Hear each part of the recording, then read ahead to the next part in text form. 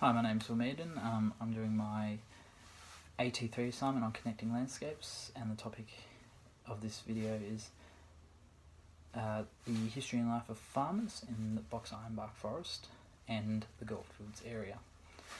The reason why I chose to do this topic is because my family has a long lineage of farming in the Shepparton, Numurkah, Rochester area, Benalla even.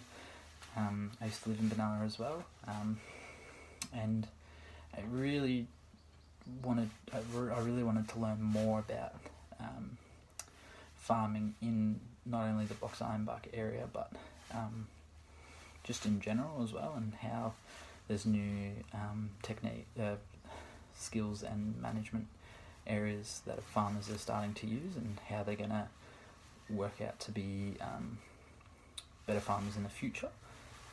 Yeah.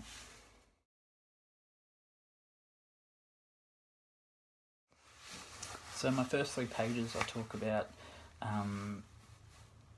the history of farming in the Box Ironbark area and the Goldfields area. I make a lot of reference to Eliza Tree from our LMS videos, who knew a lot about the history of Aboriginals in the area.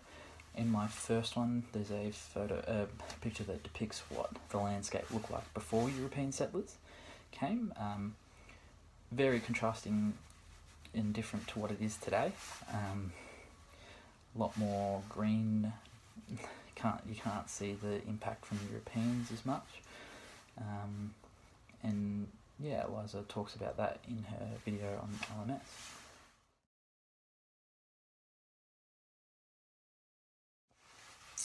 One thing that Eliza talked about was the taking of land in the years leading up to the gold rush. Most people believe that the gold rush was the reason why people came to the Goldfields area, but it was actually already taken before the gold rush, and how Aboriginals in the area were kind of forced out by the Europeans or killed, and how one of the biggest things was disease, so the smallpox, and how it drove a lot of the Aboriginals out of the area, because once a village got infected with it, they wouldn't go back to the village, they would stay away from there, which caused a bit of a clearing of the area.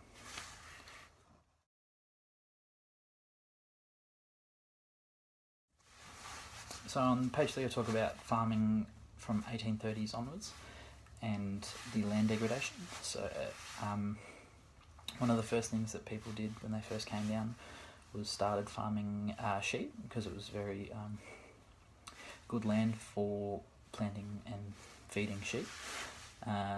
Eliza Tree goes on to talk about on one of her videos again about how the topsoil of before Europeans came along, how it was really fibrous and held water really well, and today, from cattle, sheep, just humans as well, like Europeans, how that top layer of soil has really been degraded, and how the waterways have actually suffered from that, because what happened was that a lot of the water was held in the soil and then would seep out through groundwater into the creeks and rivers a lot slower. But now, because it got degraded, the runoff was a lot faster.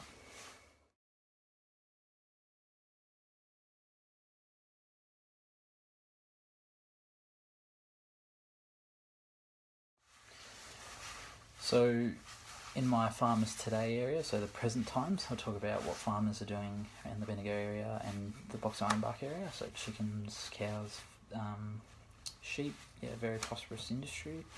But also talk about how farmers are struggling with probably the two most soil management and water management. Very tough policies from government restrict the water use for obviously natural resources and other reasons, and then soil degradation. My father said one of the hardest things of farming is keeping your soil fibrous, and at a state where you're able to actually grow plants, which is, he said, one of the hardest things. Yeah.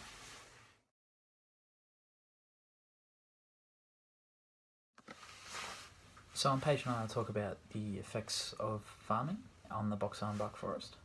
I talk about the flora and fauna that are being affected, that are mostly being affected. The regent honeyeater in the Benalla area, that's a really big one that everyone seems to know about. I used to live in Benalla and I used to go to conservation zoos as well, but there's definitely more that could be done.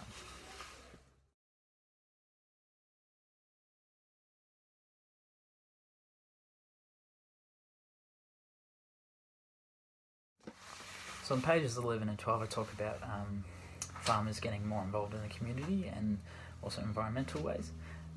So farmers are becoming, working together with organisations such as Trust for Nature and Landcare Australia to help build ecosystems on their private land or other private landowners' properties where there's significant habitable environments for certain box ironbark flora and fauna.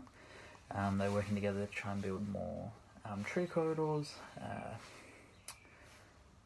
tree boxes for birds and other animals to live in, and they're also trying to exterminate pests such as foxes, and yeah.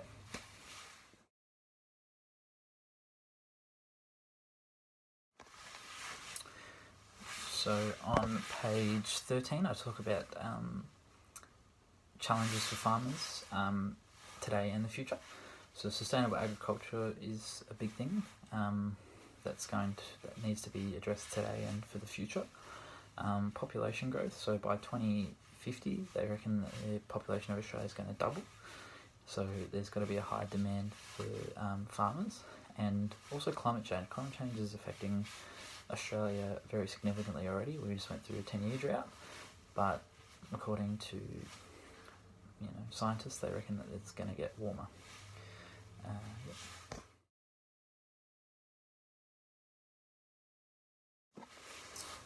So farmers in Australia on a global scale are finding it very difficult because they're having to compete with other countries where workers' wages are a lot lower, so they can sell their product for a lot lower.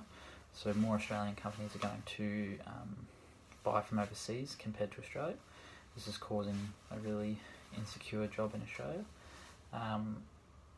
Global warming is affecting farmers as well, like I said in the previous video, and technology, the advancement of technology is becoming more prevalent. More and more jobs are becoming computer operated, and this is something that farmers are definitely going to have to adapt to. On my father's farm, every single sprinkler in his farm is completely automated, so he doesn't even have to turn the tap on anymore. And it said he found it very difficult to adapt to that because he'd never used technology in his life. So yeah.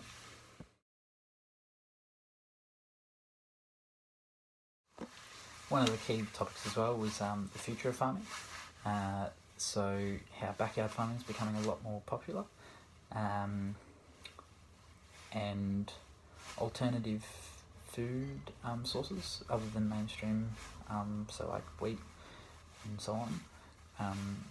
Referencing to Bill Twigg, one of the videos on LMS that we learnt about, how he's growing lucerne in a farm in the Bendigo area, and how he's saying it's actually a really good source, a nutritional source for sheep, and they're a lot better than, say, other sources like wheat, because they withhold water a lot better, and their nutritional value is really high compared to wheat. And if farmers can learn to adapt to these kind of practices, then it can also be beneficial for them and the environment, and the two can really start to, they already do, but there's definitely more room for improvement where they can coexist at higher levels.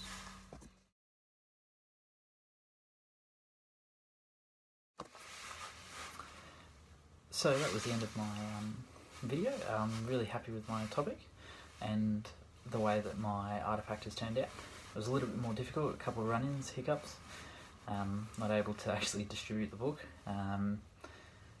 When I was typing it up, it was taking too much room to type it, so I decided to go audio, which I reckon turned out better.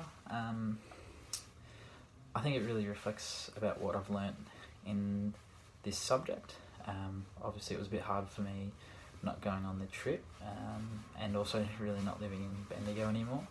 I wasn't actually able to take any of my own photos or resources for the assignment, which I took a few with my father's help, but yeah, most of it I had to retrieve online. Other than that though, yeah, I really enjoyed doing this assignment, and yeah, thank you.